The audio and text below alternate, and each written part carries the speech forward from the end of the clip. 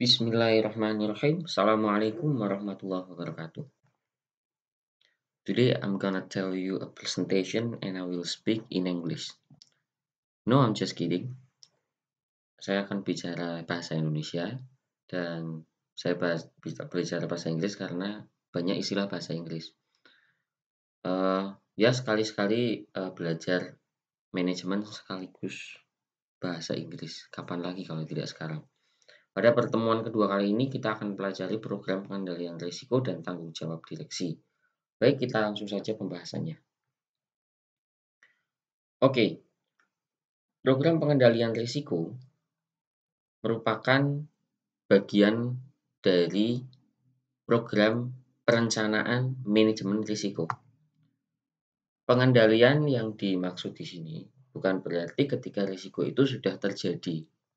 Pengendalian yang dimaksud di sini adalah ketika merencanakan jauh-jauh hari sebelum risiko itu terjadi. Artinya bisa saja masuk dalam perencanaan proyek perusahaan atau menjadi perencanaan strategis. Itu sesuai dengan judul yang ada pada rancangan pembelajaran yang mungkin saya upload juga di Siakat untuk Anda baca. Jangan lupa untuk mendownload modul yang kedua sebagai panduan mengikuti presentasi saya ini. Dan tanggung jawab direksi yang di sini yang dimaksud merupakan job description, tapi lebih jauh dari itu, peran penting direksi untuk meningkatkan kesadaran budaya manajemen risiko. Peran penting direksi adalah menyadarkan, membudayakan, dan juga membangun sistem yang menyeluruh. Karena sumber dari informasi nantinya adalah dari direksi, terutama dari bagian risk management. Supaya bisa menyebar luas ke seluruh organisasi, semuanya mengetahui apa itu risiko perusahaan dan bagaimana cara mengelolanya. Selain itu juga apakah perusahaan itu semuanya mampu menjalankan setiap aktivitas dengan kesadaran manajemen risiko sehingga nanti diawasi oleh direksi di board of director. Kita nanti sedikit bicara tentang itu. Baik, itu sepintas tentang materi kita pada pagi hari ini. Selanjutnya, sebelum kita berbicara lebih jauh, mari kita membahas apa saja yang melatar belakangi materi kita kali ini, yakni program pengendalian risiko terutamanya. Apa saja yang menyebabkan, poin-poin apa saja yang menyebabkan yang dapat menyatakan bahwa program pengendalian risiko adalah sesuatu yang perlu dan penting. Nah, di sini ada 6 elemen dasar yang harus dimiliki perusahaan dalam rangka program pengendalian risiko. Jadi perusahaan tidak boleh melaksanakan program pengendalian risiko jika belum memiliki ini secara lengkap. Yang pertama, supervisi dan pengawasan. Melakukan pengawasan terhadap setiap aktivitas dan bentuk kegiatan agar efektif dan efisien merupakan tugas dari struktur organisasi di mana biasanya pada bagian hierarki struktur organisasi tersebut ada penanggung jawab. Misalkan penanggung jawab proyek ya, atau penanggung jawab divisi, koordinator divisi. Ini bagian dari supervisi, pengawasan yang langsung pada lapangan. Dan terkadang membantu pekerjaan itu.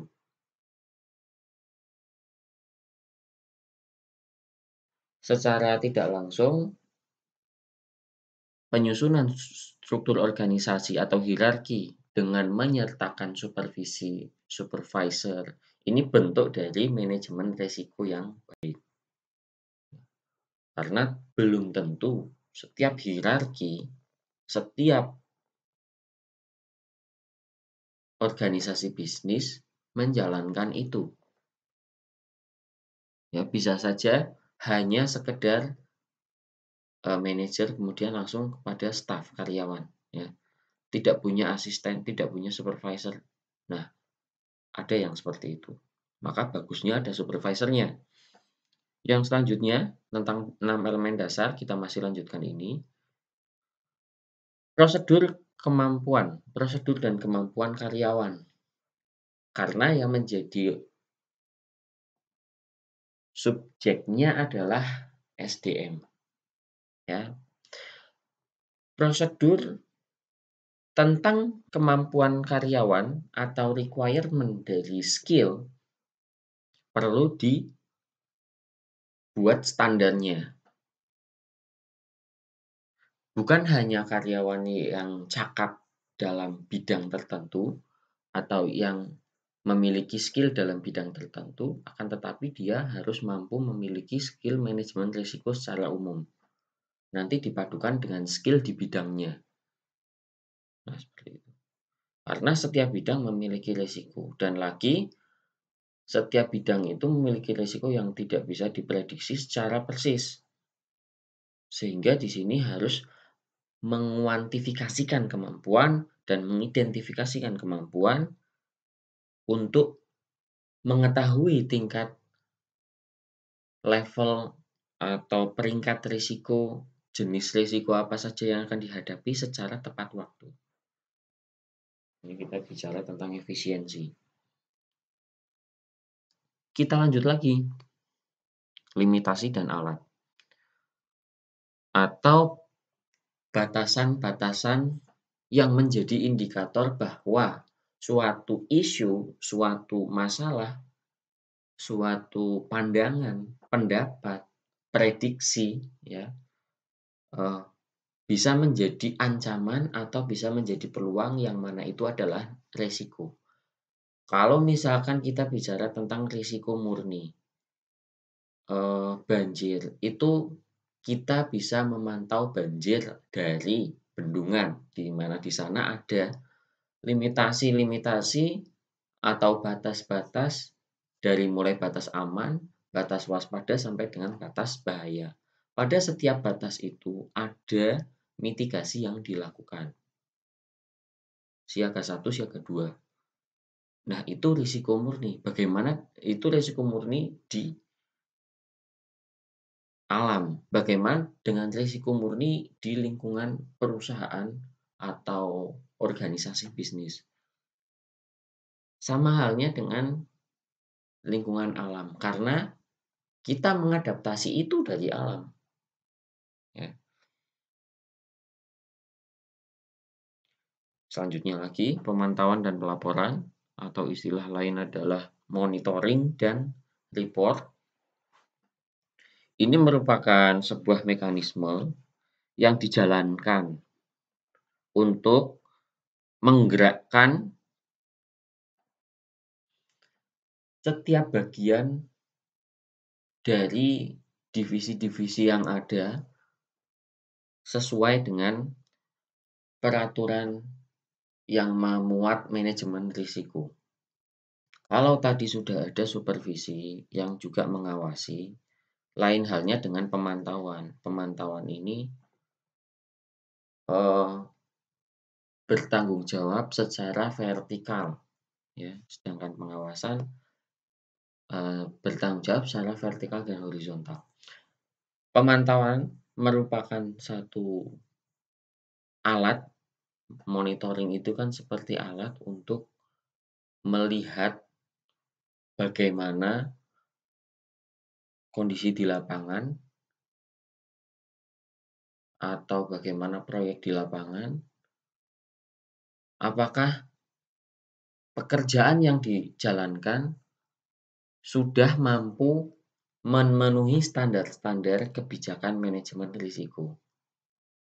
Kalau sudah mampu memenuhi standar-standar tersebut sesuai dengan peraturan yang dibuat oleh Dewan Direksi, maka pekerjaan akan tetap dilanjutkan.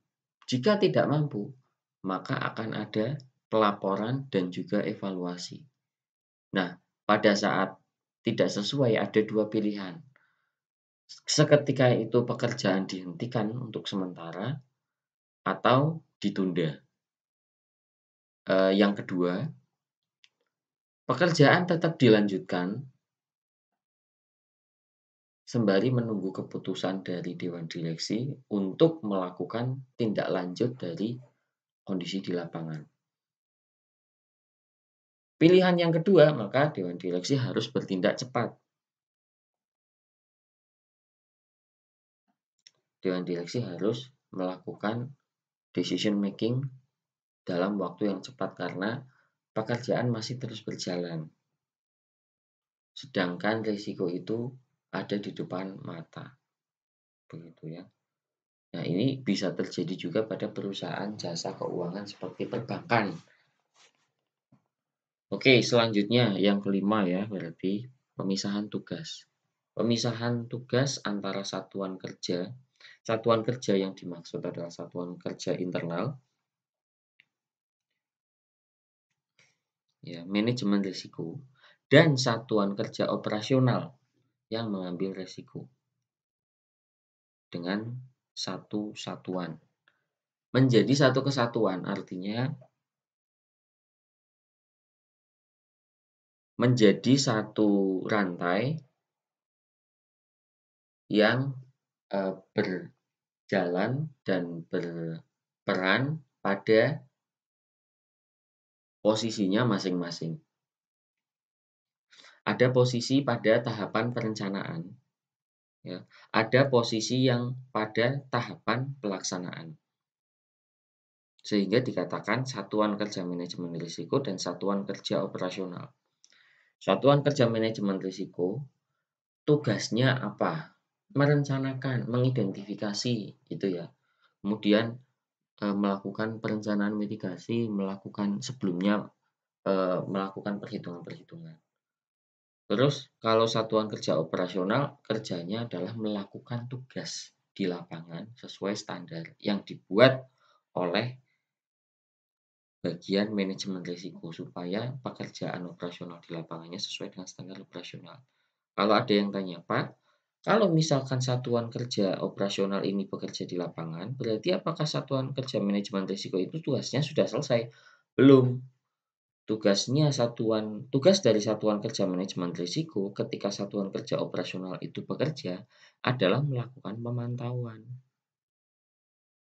Itu ya, melakukan pemantauan untuk itu tadi, apakah standar yang ditetapkan, standar apa sih kalau dari tadi saya bilang?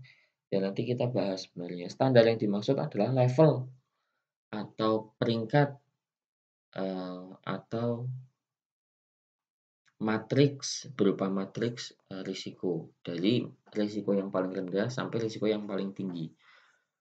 Risiko yang paling rendah bagaimana cara mengatasinya, risiko yang paling tinggi bagaimana cara mengatasinya. Itulah standarnya ya. Nah, pada pemisahan ini bukan berarti serta-merta bekerja sendiri-sendiri di waktu yang berbeda, bahkan bekerjanya pun masih sama. Tapi ketika bicara tentang wewenang tindak lanjut untuk pemantauan dan laporan, maka itu bukan dari satuan kerja operasional, melainkan satuan kerja manajemen risiko. Paham ya? Dan yang terakhir adalah audit. Audit di sini bisa audit internal maupun eksternal. Memang pada dasarnya audit itu adalah bentuk manajemen risiko yang paling vital, paling penting. Ya, banyak perusahaan yang menggampangkan ini semua tidak perlu, yang penting ada audit. Boleh seperti itu, tapi ada kelemahannya. Kelemahannya yakni terlalu lama menunggu laporan sesuai atau tidak. Ya, padahal kita harus tahu real time. Oke, kita lanjutkan tentang audit ya. Kurang lebih yang Anda ketahui tentang audit, silahkan tambah pengetahuannya tentang audit karena kita dari bidang manajemen,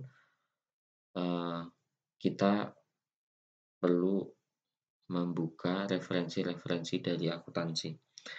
Nah, Audit di sini untuk memastikan pengukuran risiko kontrol sistem pelaporan itu terintegrasi pada kepatuhan terhadap kebijakan prosedur yang berlaku. Ada 2 berkas yang dua-duanya sama-sama penting. Yang pertama adalah pengukuran risiko kontrol sistem pelaporan. Yang kedua adalah standar operasional perusahaan. Dua hal ini terpisah tapi harus terintegrasi. Kalau kita mungkin kasih contoh, yang satu adalah cara, ya kalau kita kasih contoh ke sebuah perusahaan ya, yang satu cara mengerjakan sesuatu sesuai target. Ya, berarti di situ ada target yang harus dicapai, ada peraturan jika tidak mencapai target, ada peraturan jika mencapai target, ada peraturan cara untuk mencapai target, ada fasilitas dan segala macamnya. Nah, yang satu adalah dokumen tentang manajemen risiko yang berisi tentang risiko yang ada, bagaimana cara mengelolanya, dan lain sebagainya yang tadi kita bahas. Apakah dokumen ini, apakah peraturan manajemen risiko ini bisa terintegrasi? Maksudnya gimana terintegrasi? Contohnya adalah, contohnya ketika seseorang menjalankan pekerjaan sesuai manajemen risiko, apakah mampu mensupport pekerjaan itu menjadi lebih efektif dan efisien? Kalau tidak mampu mensupport, malah menghalangi, maka itu belum ada integrasi. Atau misalkan ketika menggunakan manajemen risiko malah bisa lebih gampang ya pekerjaannya, ketika menggunakan manajemen risiko malah pekerjaan terasa lebih rumit. Itu artinya belum terintegrasi. Dan itu harus diketahui sejak dini oleh auditor, baik internal maupun auditor eksternal tergantung kebijakan perusahaan. Kurang lebih seperti itu ya, latar belakang sistem pengendalian, program pengendalian risiko. Nah, ini adalah bukan rantai ya, ini merupakan mekanisme pemahaman yang mulai rumit. Anda memasuki level yang berbeda pada perkuliahan. Semoga Anda bisa menyadari itu. Selanjutnya, kita bahas satu persatu. Nah, untuk lengkapnya ada di modul. Saya mengambil dari modul program pengendalian risiko. Melakukan pengendalian butuh banyak lapis atau butuh banyak senjata atau butuh banyak benteng. Building blocks adalah satu contoh susunan bangunan program pengendalian risiko dari William Thornhill.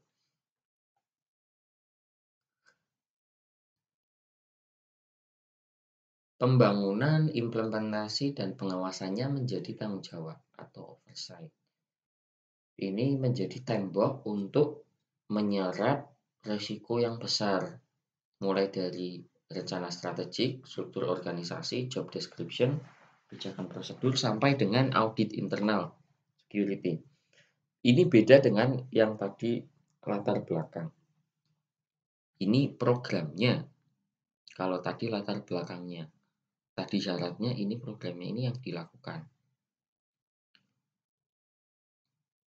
Bahasa mudahnya, perusahaan paling tidak harus memiliki ini semua. Dan baca keterangannya pada modul. Semuanya sudah ada keterangannya. Pelajari baik-baik. Saya hanya akan menjelaskan di sini tentang secara overview. Ada beberapa hal yang sedikit sama, kebijakan dan prosedur, terus ada juga job description. Nah, terkadang ini menjadi satu ada kesamaan. Terus kepatuhan kepada hukum. Ini juga hampir sama dengan kebijakan prosedur.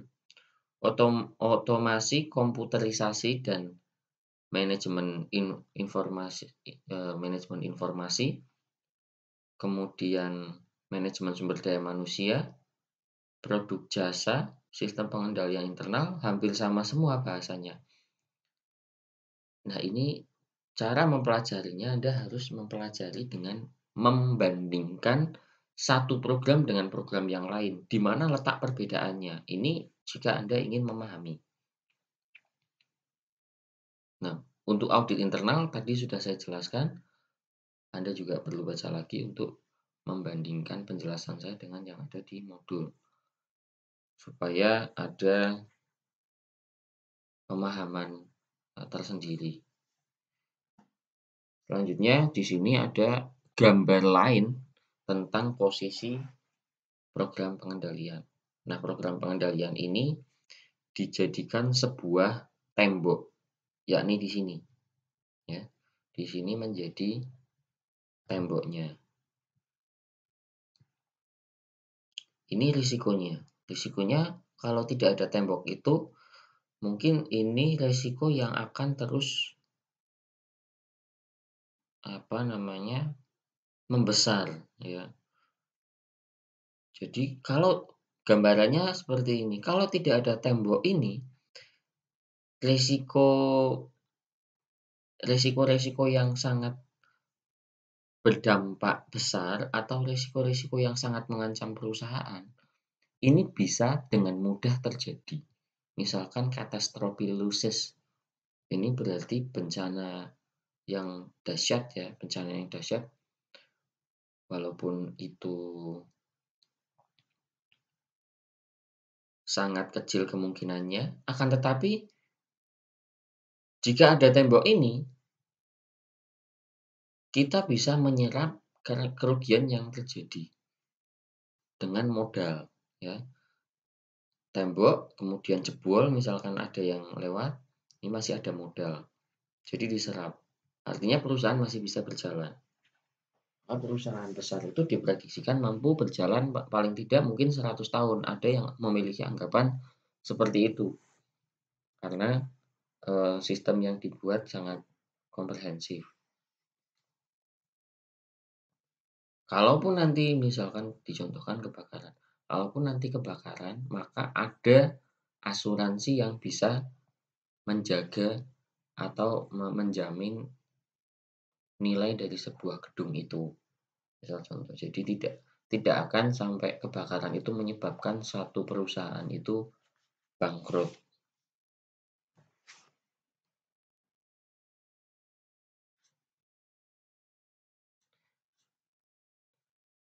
Yang perlu kita pahami lagi bahwa di sini kita belum masuk kepada mitigasi risiko, tapi pada kekuatan internal yang biasanya ada. Tanpa manajemen risiko pun ini biasanya ada, tapi kebanyakan tidak semua ini dijalankan. Nah, di dalam manajemen risiko, sebelum kita bicara mitigasi nanti, sebelum kita cara teknik pengendalian risiko, maka ada program pengendalian risiko juga. Ya, jadi nanti bedanya teknik dan program itu apa bedanya? Nanti Anda cari tahu sendiri. Oke, di sini menggambarkan juga manajemen risiko murni dan manajemen risiko murni dan risiko spekulatif. Risiko murni sebisa mungkin dihindari dan risiko spekulatif sebisa mungkin dikendalikan. Jika terjadi dampak negatif, maka cadangan serta laba ditahan, termasuk premium risk akan menyerap kerugian yang terjadi sebelum modal sebagai benteng pertahanan terakhir harus turut mengatasinya. Seperti contohnya dalam akuntansi, akumulasi biaya depresiasi aset. Ini adalah manajemen risiko terhadap kelangsungan operasional dan menjamin aset itu tetap bisa digunakan kalau nanti rusak, kalau nanti harus beli yang baru, biaya itu disisihkan. Nah, itu contohnya, ya. Baik, kita lanjut ke rencana strategis.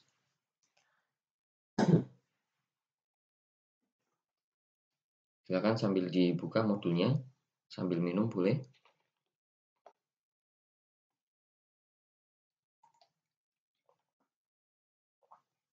Rencana strategis atau strategic plan.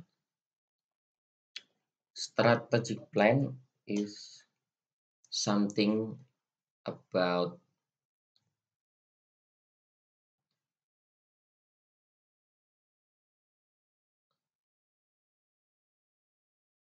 pola pikir atau mind setting.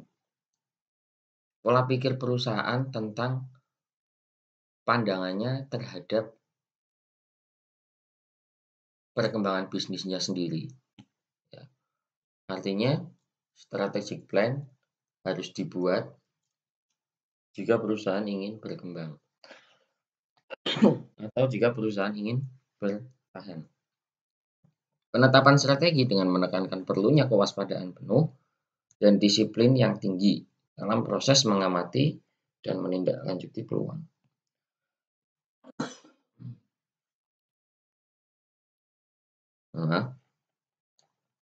Nah, di sini ada nanti sebuah inovasi yang hadir dari rencana strategis yang dibuat, bahwa perusahaan dewasa ini justru memanfaatkan risiko. Karena rencana strateginya sudah bagus, maka risiko itu malah dimanfaatkan, dieksploitasi untuk mengambil keuntungan. Apa itu inovasi tersebut nanti kita bahas. Baik, sebelumnya kita bahas lebih lanjut tentang rencana strategis.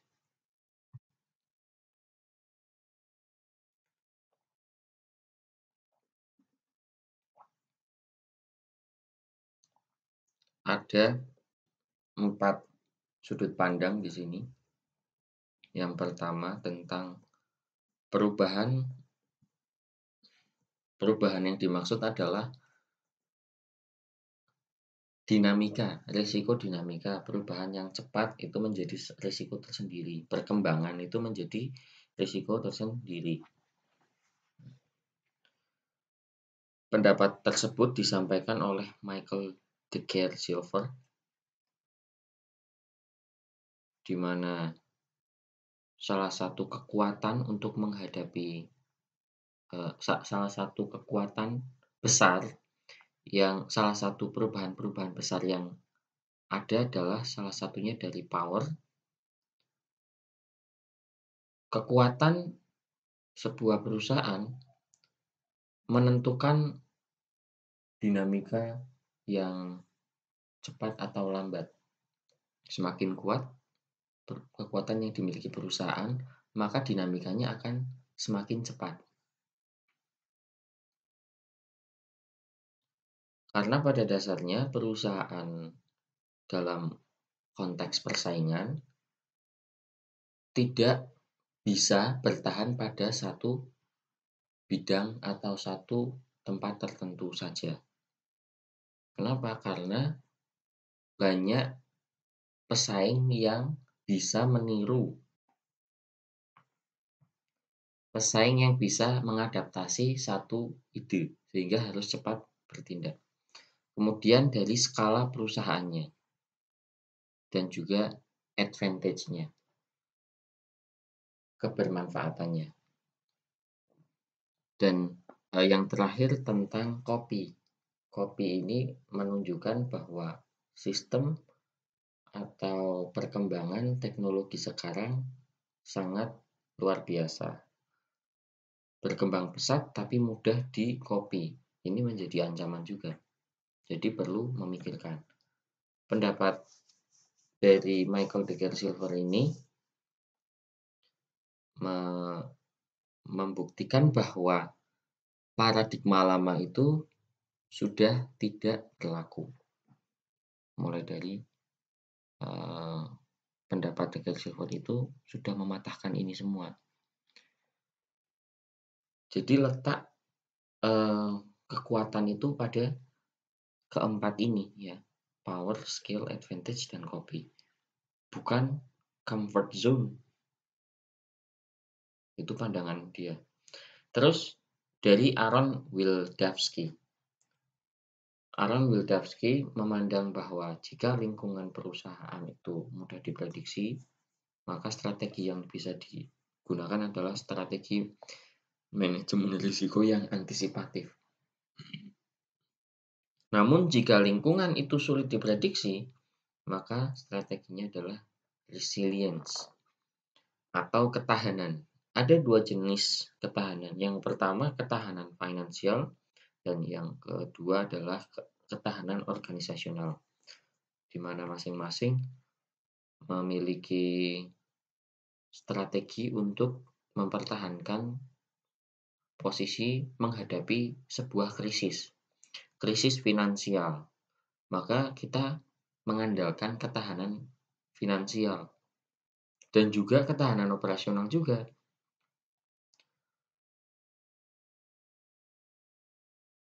Kekompakan sebuah manajemen, maka di situ akan dilengkapi dengan ketahanan organisasional. Karena perubahan itu terjadi juga pada bidang organisasi, maka ketahanan organisasional dibutuhkan. Mungkin saat ini sudah berkembang sistem manajemen sumber daya manusia yang lebih cepat dengan menggunakan kemitraan, sehingga banyak perusahaan yang memiliki aset luar biasa tapi tidak punya banyak kantor, hanya mengandalkan mitra seperti Gojek. Ini perkembangan organisasi. Bagaimana menghadapi dinamika seperti itu? Karena tidak semua perusahaan bisa dibuat kemitraan seperti Gojek. Nah, ada satu ketahanan organisasional di mana di situ melibatkan nilai. Selanjutnya, pandangan lain dari McKinsey, McKinsey bisa dikatakan perusahaan konsultan global ya. Perusahaan konsultan manajemen global. Dia berpendapat bahwa valuation, agility, dan intervention itu menjadi satu poin yang harus diterapkan melampaui pesaingnya berdasarkan apa yang dikutip dari Aaron Wildavsky. Ini tawaran ya, berupa tawaran, menawarkan pedoman. Kemudian juga waspada pada perilaku destruktif pesaing, terutama perusahaan perbankan. Jangan berpikir no enemy, there is enemy, selalu ada musuh. Ya, itu tadi pandangan-pandangan baru di sini atau penawaran pedoman-pedoman baru di sini yang ada di warna biru mematahkan paradigma lama tentang comfort zone. Nah, ini materi mungkin dibuat sekitar tahun 2013 atau tahun 2014. Di tahun 2021 sekarang, kita sudah mulai melihat adanya perubahan, pergeseran paradigma lama menjadi paradigma yang baru atau pandangan yang baru. Di antaranya banyak sekali turbulensi atau banyak sekali pergantian pimpinan pada perusahaan perbankan. Dan waktunya juga sangat cepat, relatif singkat periodenya. Banyak strategi yang cukup inovatif, di antaranya merger perusahaan perbankan syariah menjadi BSI, Bank Syariah Indonesia.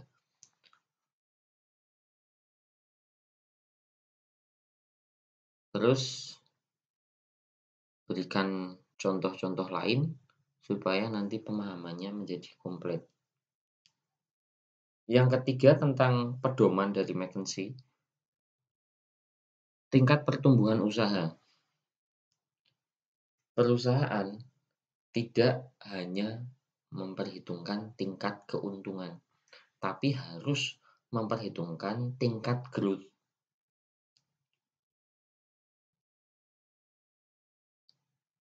Dengan demikian, maka perusahaan perlu memiliki pola pikir yang sangat maju. Karena yang dibicarakan adalah growth.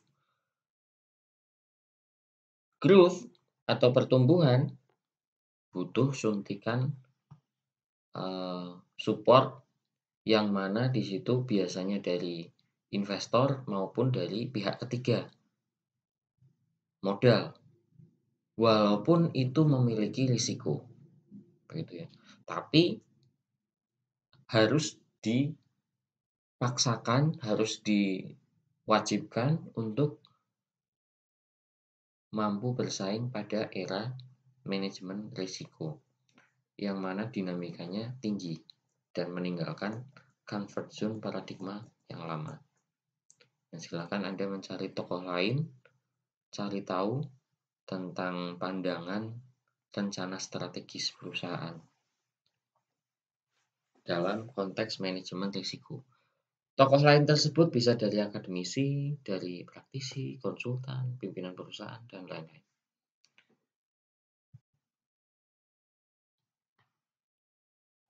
Selanjutnya tentang 5 hal dari McKinsey untuk membangun organisasi yang berbasis risiko dengan komitmen yang penuh. Silakan dibaca terlebih dahulu.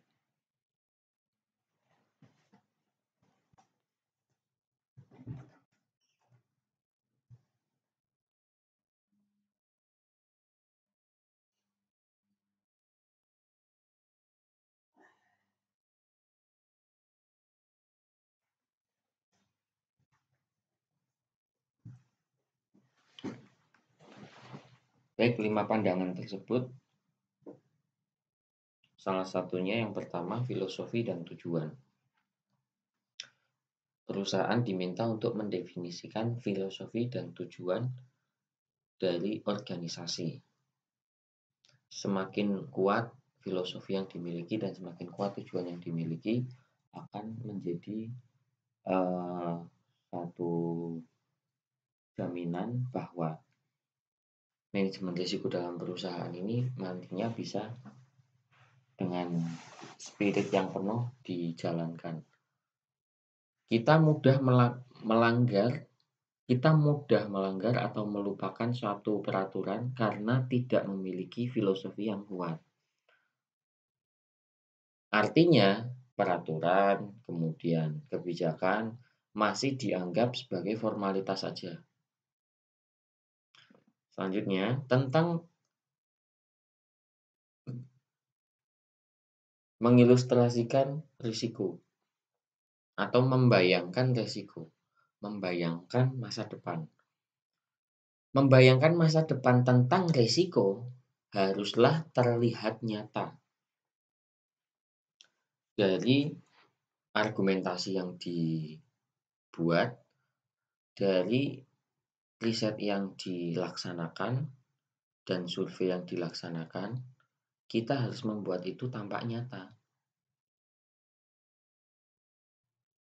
Salah satu hal yang bisa membuat itu tampak nyata adalah risk framework atau kerangka kerja manajemen risiko. Selanjutnya, membangun struktur. Membangun struktur organisasi, ya salah satunya. Membangun struktur organisasi, kita perlu mengidentifikasi siapa yang ahli dalam pengambil risiko terbaik. Itu berarti pengambilan keputusan mitigasi risiko. Jadi kita perlu menunjuk orang yang ahli, yang mengetahui tentang mitigasi risiko yang ada pada perusahaan dengan bidang tertentu. Sehingga nanti kita bisa mengandalkan satu orang itu untuk disosialisasikan kepada yang lain. Dalam satu struktur, maka struktur organisasinya sudah memenuhi unsur manajemen risiko. Bukan hanya struktur organisasi untuk penggolongan hierarki saja, atau bukan hanya untuk job description saja, tapi merepresentasikan struktur organisasi tersebut, tingkatan-tingkatan pertahanan risiko. Pertahanan risiko yang pertama itu kan pasti dari karyawan terlebih dahulu, kemudian naik ke supervisor, naik ke manajer, manajer umum. Itu kan harusnya membentuk benteng manajemen risiko secara alami, secara fundamental. Membangun mindset manajemen risiko itu di semua lini, ya, tidak hanya direktur saja, tidak hanya manajer risiko saja. Nah, gitu. Nanti kita lihat bahwa struktur manajemen risiko ada beberapa jenis. Ada yang manajer risikonya itu terpisah, ada yang manajer risiko itu ngeblend. Nah, Anda bisa cari tahu dan menjelaskan perbedaannya supaya tadi melengkapi pemahaman kita. Yang keempat adalah selaras. Tujuan dan tujuan itu kan biasanya harus punya spirit tertentu. Pada umumnya tujuan itu tidak hanya tujuan organisasi, tapi ada unsur ambisi pribadi. Baik atau tidak kalau ada ambisi pribadi dalam sebuah perusahaan. Secara umum mungkin kita mengatakan itu tidak baik. Tapi ternyata itu yang terjadi. Selalu ada ambisi pribadi. Selalu ada target pribadi. Baik itu dari pimpinannya maupun dari manajernya maupun dari karyawannya. Artinya apa? Nggak bisa dihindari. Tidak ada karyawan atau tidak ada direktur, tidak ada CEO sekalian yang memiliki loyalitas 100%. Kenapa? Karena 100% kehidupannya tidak terletak pada satu usaha atau pada satu pekerjaan tertentu saja. Pasti ada urusan lain. Tidak ada loyalitas 100%. Nah, ini sudut pandang McKinsey untuk manajemen risiko ya. Jadi bagaimana supaya benar-benar mendapatkan komitmen penuh? Salah satunya adalah diintegrasikan antara ambisi pribadi dengan tujuan perusahaan. Harus ditemukan antara ambisi pribadi dengan perusahaan. Lebih baik seperti ini daripada tidak diintegrasikan, tidak diselaraskan, maka ambisi pribadi itu malah tidak nampak, disembunyikan. Berapa banyak manajer, berapa banyak direktur, bahkan mungkin karyawan yang sebenarnya menjadikan satu pekerjaan itu sebagai batu loncatan saja. Tidak hanya satu atau dua, tapi banyak sekali. Ya. Ini ketika kita berbicara tentang lowongan kerja yang tersedia cukup banyak ya. Tapi jika lowongan kerja yang tersedia cukup sulit, maka hal itu sulit dilakukan ya, pindah-pindah tempat kerja itu sulit dilakukan. Walaupun kecenderungan dari salah satu referensi yang saya baca, golongan milenial itu suka berpindah-pindah tempat kerja karena ingin mencari banyak pengalaman. Oke, jadi nanti perusahaan akan tahu bahwa dia hanya menjadikan ini untuk mencari pengalaman. Boleh tidak perusahaan jika ada karyawan atau manajer yang seperti itu? Boleh. Bagaimana perjanjiannya? Supaya komitmennya tetap bisa. Boleh, silahkan nanti Anda bekerja di sini selama sekian tahun, tapi dalam sekian tahun itu harus ada target sekian. Kalau tidak, mungkin nanti ada evaluasi sebelum kontrak berakhir, Anda bisa di stop. Contoh seperti itu. Sehingga semuanya antara tujuan individu dan tujuan perusahaan ini sejalan atau selaras. Ini pandangan yang cukup spesifik, kita jarang menyadarinya. Oke, selanjutnya. Ada evaluasi ulang sistem pembatasan secara berkala. Jika perusahaan itu berkembang, biasanya limitasinya akan naik, standarnya juga akan naik. Itu yang perlu dievaluasi. Selain perusahaannya berkembang, risiko juga bisa berkembang. Risiko juga punya dinamika. yang tadinya risiko misalkan, eee, risiko di perbankan itu adalah kredit macet. Yang tadinya kredit macet itu risikonya biasa atau sedang, bisa menjadi tinggi jika jika kondisi perekonomian sebuah negara pertumbuhannya minus, maka kredit macet bisa risikonya lebih tinggi, maka limitasinya harus kita rubah. Yang tadinya 5% itu bank itu nggak sehat, mungkin harus dirubah. Kredit macet kalau 8% masih nggak apa-apa asal jangan lebih dari 10%, bisa saja seperti itu. Karena itu juga yang pernah saya alami di, satu perusahaan, yang secara teori 5% di atas 5% sudah tidak sehat. Ternyata ketika, faktanya itu sudah lebih dari 6%, lebih dari bahkan hampir 7%, tapi perbankan masih berjalan.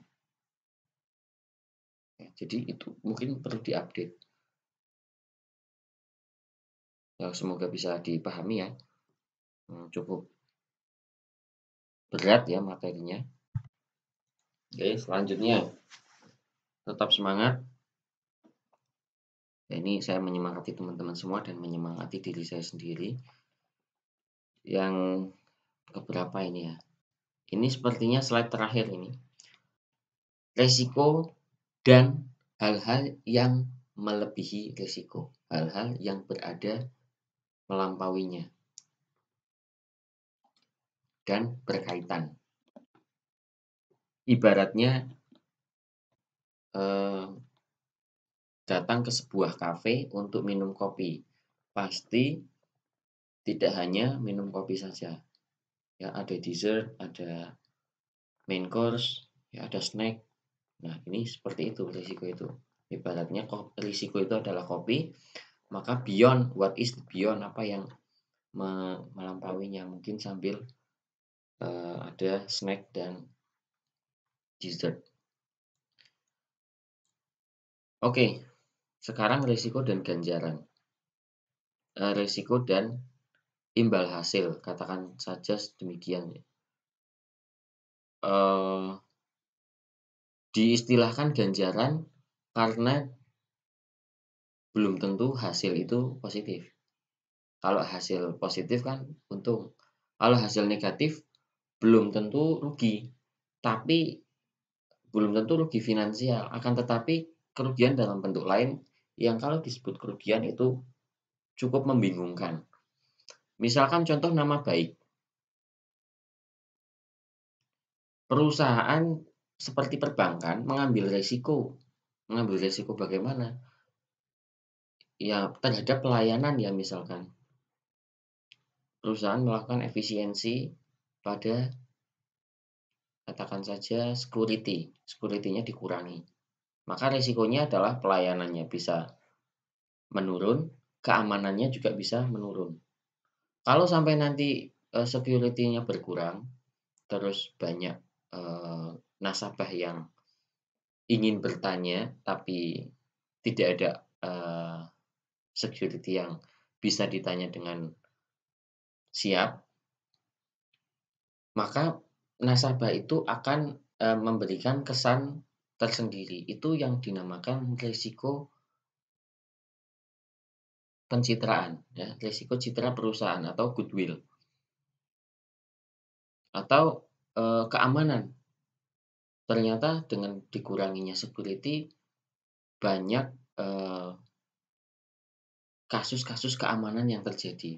Mulai dari kasus keamanan yang kecil sampai kasus keamanan yang berat. Misalkan di ATM itu banyak yang mengganggu atau bagaimana ya. Kalau ada security, nasabah harus melepas helm ketika masuk ke ATM. Karena tidak ada security, banyak nasabah yang tidak melepaskan helmnya. Nah, ini kan risiko keamanan isu-isu yang sedang ini, yang kecil. Dan itu akan mempengaruhi goodwill, nama baik. Atau sebaliknya, jika risiko itu diterapkan, dikelola dengan baik, ya. Kalau tadi itu security-nya dikurangi, kalau ini security-nya ditambah. Memang ada risiko lain ketika rasa security ditambah, yakni menambah biaya keamanan. Tapi dengan demikian, nasabah akan terlayani dengan baik, tingkat keamanan juga akan terjaga. Sehingga goodwill, nama baiknya juga akan naik. Ya, pelayanannya bagus. Nasabah merasa aman. Itu kan hal penting bagi sebuah perusahaan jasa keuangan. Karena dari situ perusahaan itu memperoleh citra. Selain risiko dan ganjaran, kita juga perlu mengetahui tentang hubungan antara risiko dan inovasi. Dewasa ini banyak perusahaan yang mengeksploitasi risiko untuk imbal hasil yang lebih tinggi. Ini merupakan inovasi dari masa lalu. Ya, ini pasar saham dan pasar keuangan. Ini bentuk inovasi risiko pada zamannya, ya. Kalau zaman sekarang mungkin fintech. Nah, tapi di pembahasan di sini belum saya sampaikan. Tapi pada dasarnya sama, dua-duanya sama-sama inovasi. Ada lagi blockchain, cryptocurrency, ya, dan lain-lain.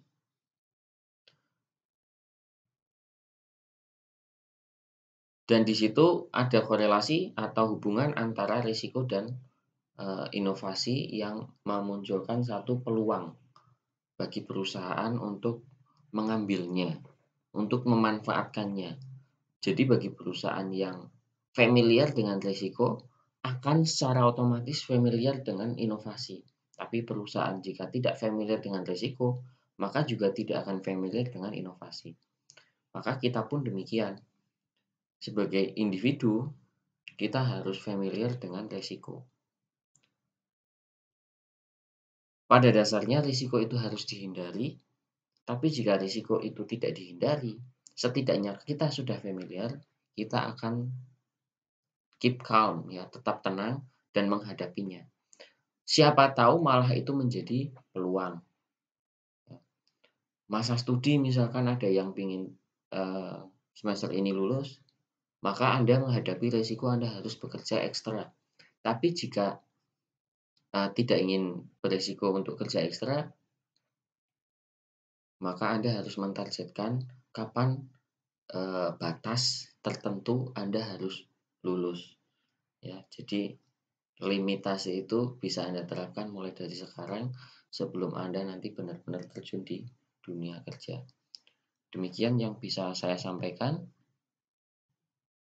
Adapun tugas pada video ini adalah mencari tahu pandangan strategi risiko dari pihak lain, ya, dari tokoh akademisi, praktisi, konsultan, dan pimpinan perusahaan yang berbicara tentang strategi, ya, berbicara tentang rencana strategi risiko. Tulis di kertas maupun di Microsoft Word dan nanti dikumpulkan di Google Classroom. Demikian dari saya, kurang lebihnya mohon maaf, semoga bermanfaat. Wassalamualaikum warahmatullahi wabarakatuh.